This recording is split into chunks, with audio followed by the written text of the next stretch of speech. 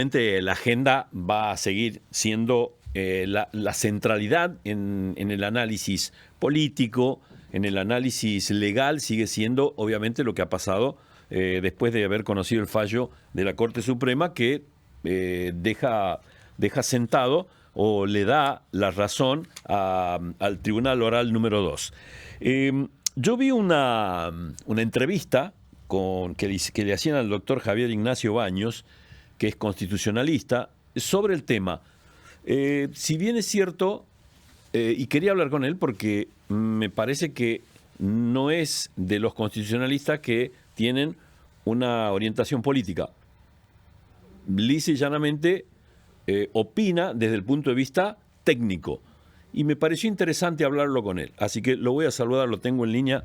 Doctor, buenas noches, ¿cómo está? Gracias por atendernos. ¿Qué tal? Buenas noches, ¿cómo andás? Roberto, un saludo al piso, a toda la producción y sobre todo a toda la audiencia de Santiago. Un placer estar con ustedes comunicándome esta tarde y te hago una pequeña aclaración. Sí. No soy constitucionalista, eso quiero aclararlo. Sí, trabajé de fiscal muchos años, trabajé muchos años en el Poder Judicial, doy clases de Derecho Penal, pero no de Derecho Constitucional. Bueno, aclarado este punto. Mejor desde el Derecho Penal entonces, mejor para analizarlo.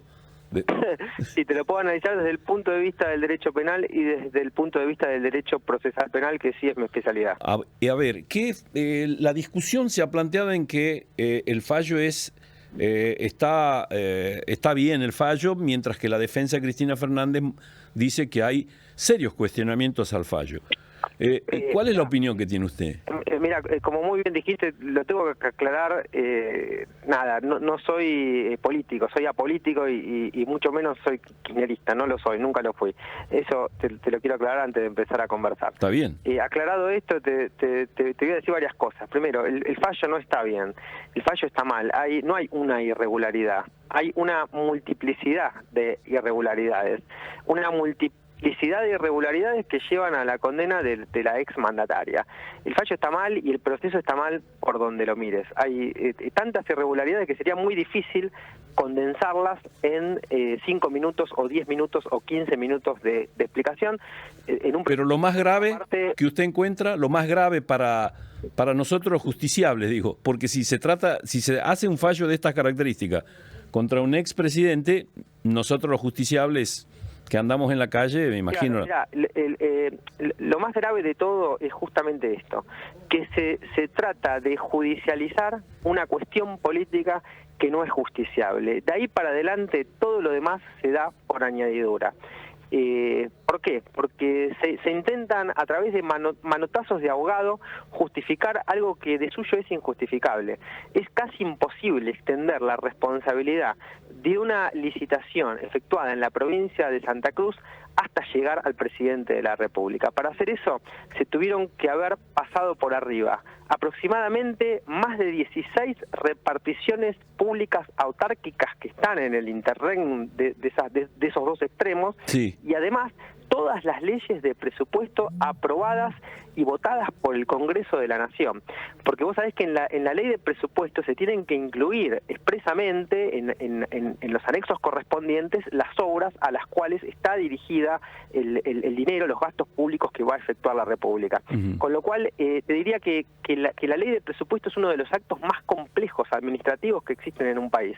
Entonces, para vos sostener la imputación a la presidenta de la República, tenés que decir que estaba en connivencia no solamente todos los funcionarios de esas 16 reparticiones que están en el medio y del propio gobernador o gobernadora de la provincia de Santa Cruz, sino que además tenés que hacer partícipes a título de coautoría a todos los miembros del Senado, a todos los miembros del Parlamento que han votado las leyes de presupuesto, con lo cual realmente la imputación sería absurda y ridícula. Entonces por eso se empiezan a ver esos fallos al debido proceso legal constitucional, a la violación a la defensa en juicio, el derecho a producir, a ofrecer pruebas, el derecho o la garantía a ser juzgado por un tribunal imparcial. Es decir, todas esas demás arbitrariedades que muy bien han sido denunciadas por el doctor Velarde, con respecto al cual hay que sacarse el sombrero porque hizo realmente un trabajo tremendo, porque se peleó y batalló realmente contra todo un sistema sistema,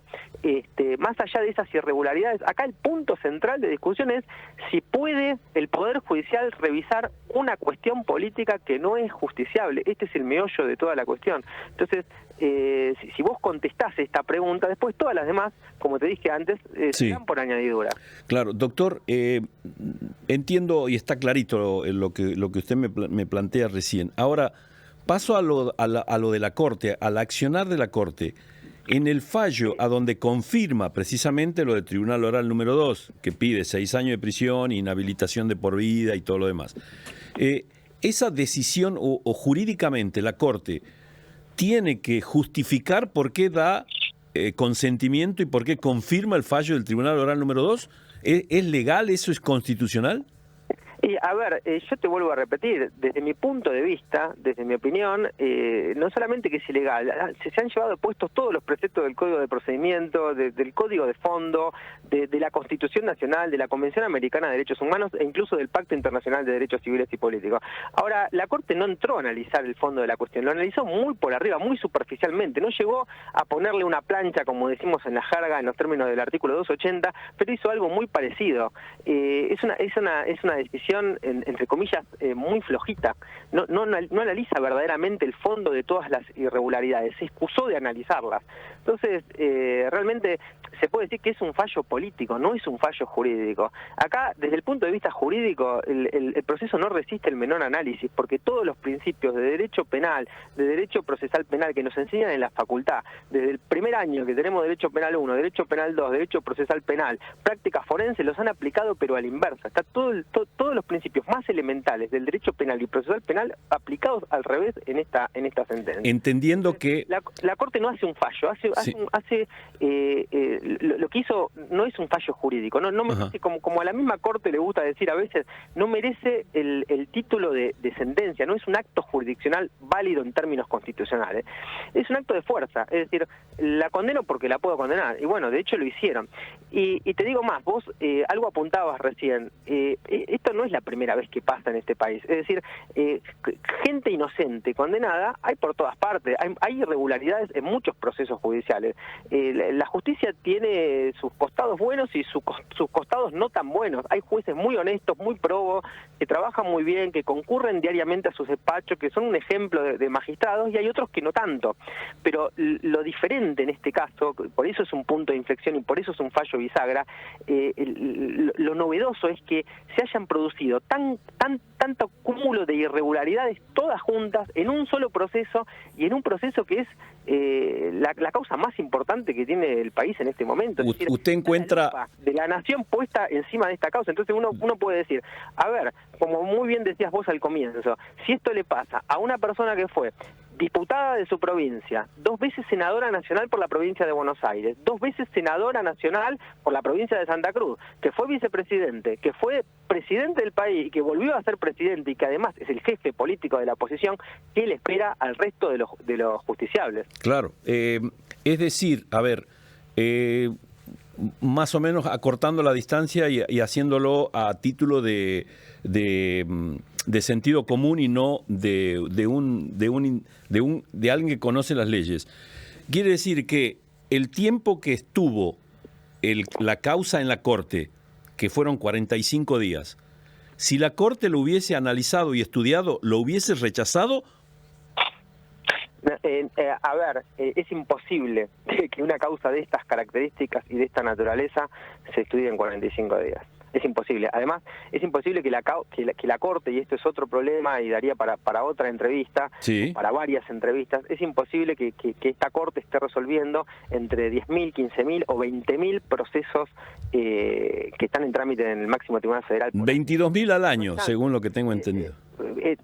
Prácticamente hay años que despachan 10.000, 15.000 o 20.000 procesos. Sí. No hay posibilidad humana de estudiar esos casos. Aún que trabajen sábado, domingo, que trabajen 8, 10 horas por día, no dan los tiempos matemáticos. Algún especialista, algún jurista había sacado la cuenta diciendo que la Corte resolvía una causa cada 5 minutos. Yo te digo que realmente es imposible. Sí, contando las horas verdaderas de trabajo y que se pueden reunir y que pueden analizar los expedientes, prácticamente están sacando un fallo cada 6 segundos. Eso en ninguna parte del mundo puede ser posible, y menos con una corte de 3 miembros. Es una locura. Es decir, sin entrar a juzgar, vuelvo a repetir, ni las conciencias, ni la honorabilidad, ni las capacidades, ni los méritos de cada uno de los jueces. Pero es materialmente imposible. Está claro. Una causa cada 6 segundos. Está claro, en el sentido común nomás lo dictamina. Ahora, le consulto algo. La Corte Suprema es el máximo tribunal al cual en la República Argentina, o el justiciable de la República Argentina, o determinados justiciables de la República Argentina pueden acceder.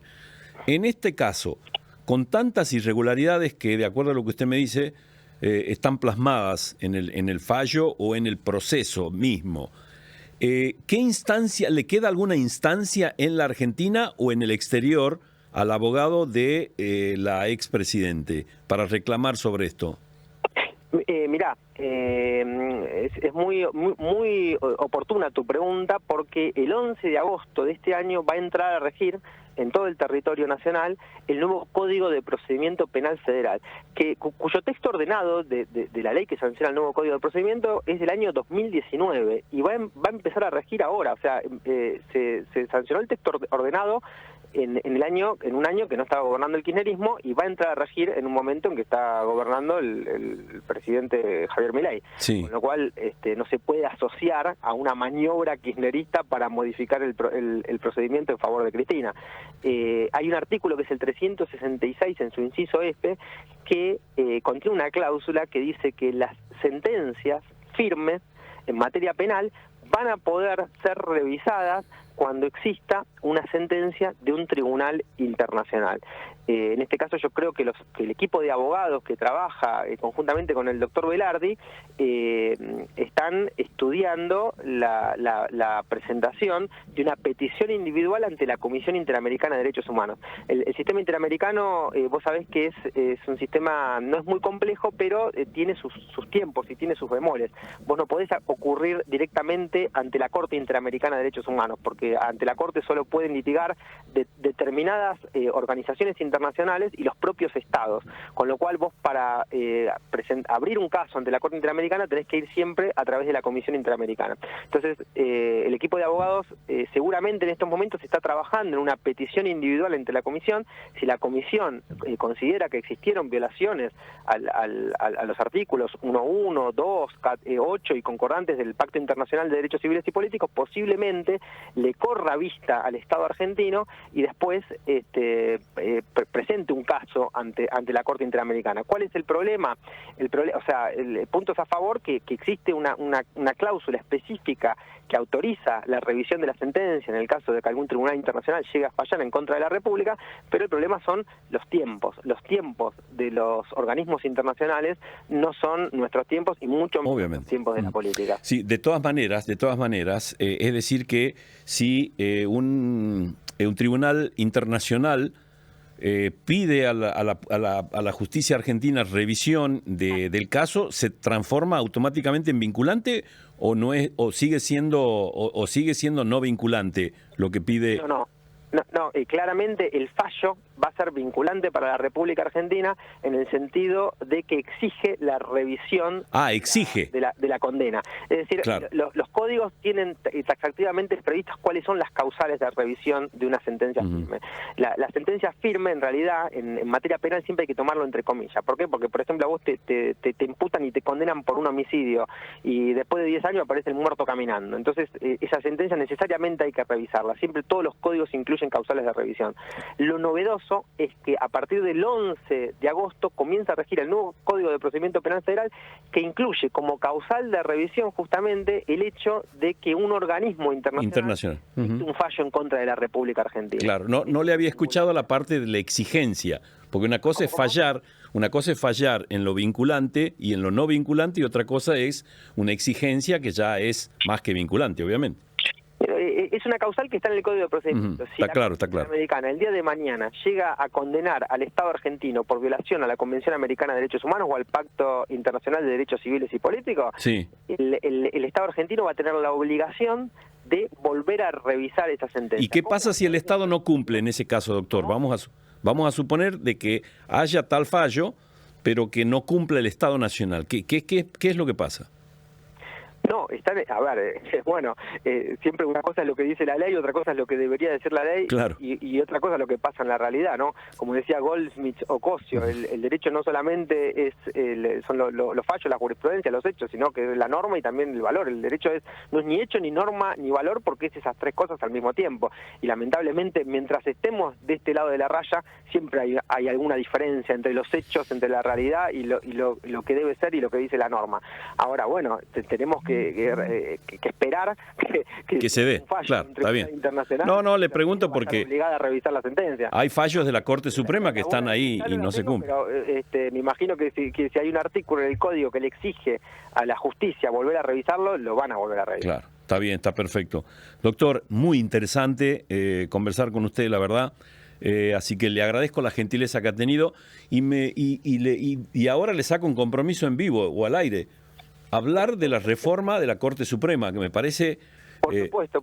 Para cuando ustedes digan, fue un placer, me encantó hablar con ustedes. Te vuelvo a mandar un gran abrazo a vos, un cariño a toda la audiencia. Y después, si pueden, pásenme el link de la entrevista por Claro que sí, por WhatsApp. Claro que sí. Muchísimas gracias. Muy amable, doctor, ha sido muy gentil en atendernos. Gracias. Bueno, gracias, abrazo grande, cariño. Interesante el contacto que tuve con el doctor Javier Ignacio Baños. ¿Por qué lo hablo al doctor Javier Ignacio Baños? Les cuento ahora. Estuvo presente en una mesa en TN como abogado penalista. Bueno, yo lo presenté como constitucionalista, pero bueno, es abogado penalista. Y fue el último que habló en esa mesa. Y marcó punto por punto cuáles son las falencias que tiene el fallo. Desde la concepción misma, en el proceso que tiene el fallo, que termina con la sentencia de 6 años de prisión e inhabilitación del pedido del Tribunal Oral número 2 y que sube a la Corte, todo va marcando los errores y los fallos que tiene. Claro, trágame tierra era el momento en la mesa de TN, porque uno de los invitados estaba dando cuenta de que el fallo estaba mal. Y esto pasó hace unos días nada más. Mientras se conocía, el martes mismo a la noche, fue el miércoles, se conoció el martes el fallo de la Corte, el miércoles fue lo que pasó. Por eso quería hablar con el doctor Baños, así que ha tenido la gentileza también de estar con nosotros. La agenda va a seguir siendo la centralidad en el análisis político, en el análisis legal, sigue siendo obviamente lo que ha pasado después de haber conocido el fallo de la Corte Suprema, que deja sentado o le da la razón al Tribunal Oral número 2. Yo vi una entrevista que le hacían al doctor Javier Ignacio Baños, que es constitucionalista, sobre el tema. Si bien es cierto, y quería hablar con él porque me parece que no es de los constitucionalistas que tienen una orientación política. Lisa y llanamente opina desde el punto de vista técnico. Y me pareció interesante hablarlo con él. Así que lo voy a saludar, lo tengo en línea. Doctor, buenas noches, ¿cómo está? Gracias por atendernos. ¿Qué tal? Buenas noches, ¿cómo andás? Roberto, un saludo al piso, a toda la producción y sobre todo a toda la audiencia de Santiago. Un placer estar con ustedes comunicándome esta tarde. Y te hago una pequeña aclaración. Sí. No soy constitucionalista, eso quiero aclararlo. Sí, trabajé de fiscal muchos años, trabajé muchos años en el Poder Judicial, doy clases de Derecho Penal, pero no de Derecho Constitucional. Bueno, aclarado este punto. Mejor desde el Derecho Penal, entonces, mejor para analizarlo. Sí, te lo puedo analizar desde el punto de vista del derecho penal y desde el punto de vista del derecho procesal penal, que sí es mi especialidad. A ver, la discusión se ha planteado en que el fallo está bien el fallo, mientras que la defensa de Cristina Fernández dice que hay serios cuestionamientos al fallo. ¿Cuál es la opinión que tiene usted? Mira, como muy bien dijiste, lo tengo que aclarar, no soy político, soy apolítico y mucho menos soy kirchnerista, no lo soy, nunca lo fui. Eso te lo quiero aclarar antes de empezar a conversar. Está bien. Aclarado esto, te voy a decir varias cosas. Primero, el fallo no está bien, el fallo está mal, no hay una irregularidad, hay una multiplicidad de irregularidades, una multiplicidad multiplicidad de irregularidades que llevan a la condena de la exmandataria. El fallo está mal y el proceso está mal por donde lo mires. Hay tantas irregularidades que sería muy difícil condensarlas en 5 minutos o 10 minutos o 15 minutos de explicación. Pero lo más grave que usted encuentra, lo más grave para nosotros los justiciables, digo, porque si se hace un fallo de estas características contra un expresidente, nosotros los justiciables que andamos en la calle, me imagino. Claro, mirá, lo más grave de todo es justamente esto, que se trata de judicializar una cuestión política que no es justiciable. De ahí para adelante todo lo demás se da por añadidura. ¿Por qué? Porque se intentan a través de manotazos de ahogado justificar algo que de suyo es injustificable. Es casi imposible extender la responsabilidad de una licitación efectuada en la provincia de Santa Cruz hasta llegar al presidente de la República. Para hacer eso se tuvieron que haber pasado por arriba aproximadamente más de 16 reparticiones públicas autárquicas que están en el interregno de esos dos extremos, sí. Y además todas las leyes de presupuesto aprobadas y votadas por el Congreso de la Nación.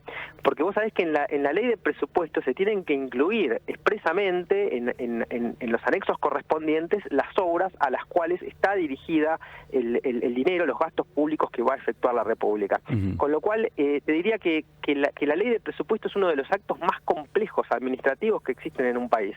Entonces, para vos sostener la imputación a la presidenta de la República, tenés que decir que estaba en connivencia no solamente todos los funcionarios de esas 16 reparticiones que están en el medio y del propio gobernador o gobernadora de la provincia de Santa Cruz, sino que además tenés que hacer partícipes a título de coautoría a todos los miembros del Senado, a todos los miembros del Parlamento que han votado las leyes de presupuesto, con lo cual realmente la imputación sería absurda y ridícula. Entonces por eso se empiezan a ver esos fallos al debido proceso legal constitucional, a la violación a la defensa en juicio, el derecho a producir, a ofrecer pruebas, el derecho o la garantía a ser juzgado por un tribunal imparcial. Es decir, todas esas demás arbitrariedades que muy bien han sido denunciadas por el doctor Velarde, con respecto al cual hay que sacarse el sombrero porque hizo realmente un trabajo tremendo, porque se peleó y batalló realmente contra todo un sistema. Más allá de esas irregularidades, acá el punto central de discusión es si puede el Poder Judicial revisar una cuestión política que no es justiciable. Este es el meollo de toda la cuestión. Entonces, si vos contestás esta pregunta, después todas las demás, como te dije antes, sí, se dan por añadidura. Claro, doctor, entiendo y está clarito lo que usted me plantea recién. Ahora, paso a lo de la Corte, al accionar de la Corte. En el fallo, a donde confirma precisamente lo del Tribunal Oral número 2, que pide 6 años de prisión, inhabilitación de por vida y todo lo demás, esa decisión o jurídicamente la Corte tiene que justificar por qué da consentimiento y por qué confirma el fallo del Tribunal Oral número 2. ¿Es legal? ¿Eso es constitucional? Y a ver, yo te vuelvo a repetir, desde mi punto de vista, desde mi opinión, no solamente que es ilegal, se han llevado puestos todos los preceptos del Código de Procedimiento, del Código de Fondo, de la Constitución Nacional, de la Convención Americana de Derechos Humanos e incluso del Pacto Internacional de Derechos Civiles y Políticos. Ahora, la Corte no entró a analizar el fondo de la cuestión, lo analizó muy por arriba, muy superficialmente, no llegó a ponerle una plancha, como decimos en la jerga, en los términos del artículo 280, pero hizo algo muy parecido. Es una decisión entre comillas muy flojita, no analiza verdaderamente el fondo de todas las irregularidades, se excusó de analizarlas. Entonces realmente se puede decir que es un fallo político, no es un fallo jurídico. Acá, desde el punto de vista jurídico, el proceso no resiste el menor análisis, porque todos los principios de derecho penal, de derecho procesal penal que nos enseñan en la facultad, desde el primer año que tenemos derecho penal 1, derecho penal 2, derecho procesal penal, práctica forense, los han aplicado pero a la inversa. Está todos los los principios más elementales del derecho penal y procesal penal aplicados al revés en esta sentencia. Entendiendo que la Corte no hace un fallo, lo que hizo no es un fallo jurídico, no merece, como a la misma Corte le gusta decir a veces, no merece el título de sentencia, no es un acto jurisdiccional válido en términos constitucionales, es un acto de fuerza, es decir, la condeno porque la puedo condenar, y bueno, de hecho lo hicieron. Y te digo más, vos algo apuntabas recién, esto no es la primera vez que pasa en este país, es decir, gente inocente condenada hay por todas partes, hay irregularidades en muchos procesos judiciales. La justicia tiene sus costados buenos y sus costados no tan buenos. Hay jueces muy honestos, muy probos, que trabajan muy bien, que concurren diariamente a sus despachos, que son un ejemplo de magistrados, y hay otros que no tanto. Pero lo diferente en este caso, por eso es un punto de inflexión y por eso es un fallo bisagra, lo novedoso es que se hayan producido tanto cúmulo de irregularidades todas juntas en un solo proceso, y en un proceso que es la causa más importante que tiene el país en este momento. Es decir, usted encuentra la lupa de la nación puesta encima de esta causa. Entonces uno puede decir, a ver, como muy bien decías vos al comienzo, si esto le pasa a una persona que fue diputada de su provincia, 2 veces senadora nacional por la provincia de Buenos Aires, 2 veces senadora nacional por la provincia de Santa Cruz, que fue vicepresidente, que fue presidente del país y que volvió a ser presidente y que además es el jefe político de la oposición, ¿qué le espera al resto de los justiciables? Claro, es decir, a ver, más o menos acortando la distancia y haciéndolo a título de sentido común y no de alguien que conoce las leyes. Quiere decir que el tiempo que estuvo la causa en la Corte, que fueron 45 días, si la Corte lo hubiese analizado y estudiado, ¿lo hubiese rechazado? A ver, es imposible que una causa de estas características y de esta naturaleza se estudie en 45 días. Es imposible. Además, es imposible que la Corte, y esto es otro problema y daría para otra entrevista, sí, para varias entrevistas, es imposible que esta Corte esté resolviendo entre 10.000, 15.000 o 20.000 procesos que están en trámite en el máximo Tribunal Federal. 22.000 al año, según lo que tengo entendido.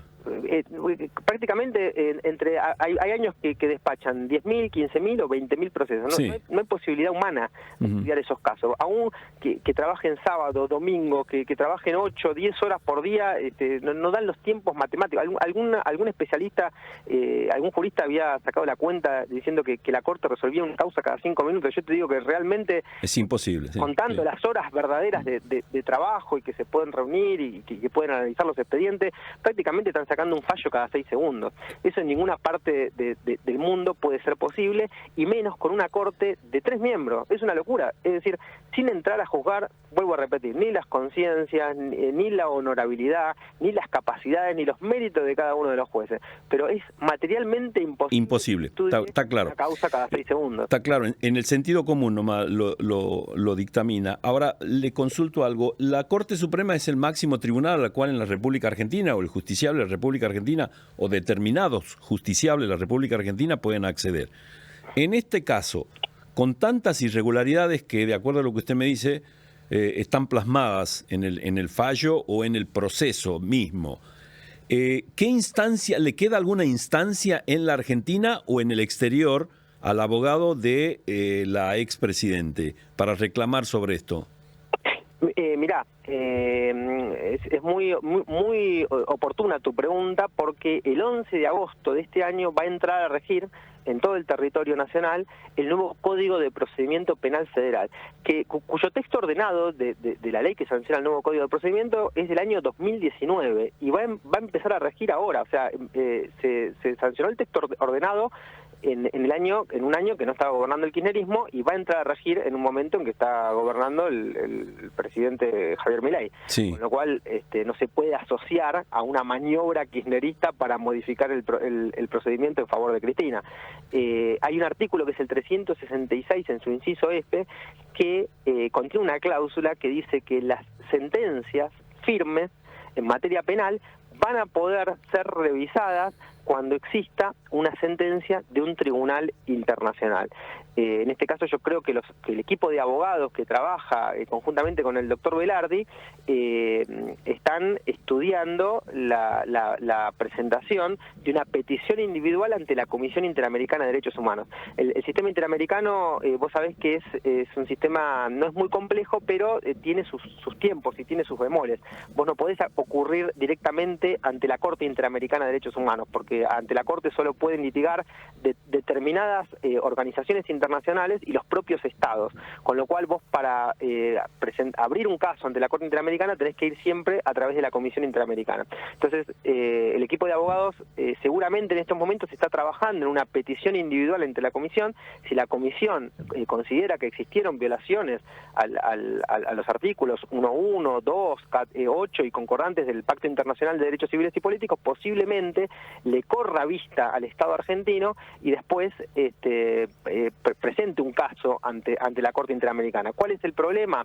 El punto es a favor que existe una cláusula específica que autoriza la revisión de la sentencia en el caso de que algún tribunal internacional llegue a fallar en contra de la República, pero el problema son los tiempos. Los tiempos de los organismos internacionales no son nuestros tiempos y mucho menos los tiempos de la política. Sí, de todas maneras, es decir que si un tribunal internacional pide a la justicia argentina revisión del caso, ¿se transforma automáticamente en vinculante o no es, o sigue siendo no vinculante lo que pide? No, claramente el fallo va a ser vinculante para la República Argentina en el sentido de que exige la revisión de la condena. Es decir, claro, los códigos tienen taxativamente previstas cuáles son las causales de revisión de una sentencia firme. La sentencia firme, en realidad, en materia penal siempre hay que tomarlo entre comillas. ¿Por qué? Porque, por ejemplo, a vos te imputan y te condenan por un homicidio y después de 10 años aparece el muerto caminando. Entonces, esa sentencia necesariamente hay que revisarla. Siempre todos los códigos incluyen causales de revisión. Lo novedoso es que a partir del 11 de agosto comienza a regir el nuevo Código de Procedimiento Penal Federal, que incluye como causal de revisión justamente el hecho de que un organismo internacional hizo un fallo en contra de la República Argentina. Claro, no le había escuchado la parte de la exigencia, porque una cosa es fallar en lo vinculante y en lo no vinculante, y otra cosa es una exigencia que ya es más que vinculante, obviamente. Es una causal que está en el Código de Procedimiento. Si está claro. Americana el día de mañana llega a condenar al Estado argentino por violación a la Convención Americana de Derechos Humanos o al Pacto Internacional de Derechos Civiles y Políticos, el Estado argentino va a tener la obligación de volver a revisar esa sentencia. ¿Y qué pasa si el Estado no cumple en ese caso, doctor? Vamos a suponer de que haya tal fallo, pero que no cumpla el Estado nacional. ¿Qué es lo que pasa? No, siempre una cosa es lo que dice la ley, otra cosa es lo que debería decir la ley, claro, y otra cosa es lo que pasa en la realidad, ¿no? Como decía Goldsmith o Cosio, el derecho no solamente son los fallos, la jurisprudencia, los hechos, sino que es la norma y también el valor. El derecho no es ni hecho, ni norma, ni valor, porque es esas tres cosas al mismo tiempo. Y lamentablemente, mientras estemos de este lado de la raya, siempre hay alguna diferencia entre los hechos, entre la realidad y lo que debe ser y lo que dice la norma.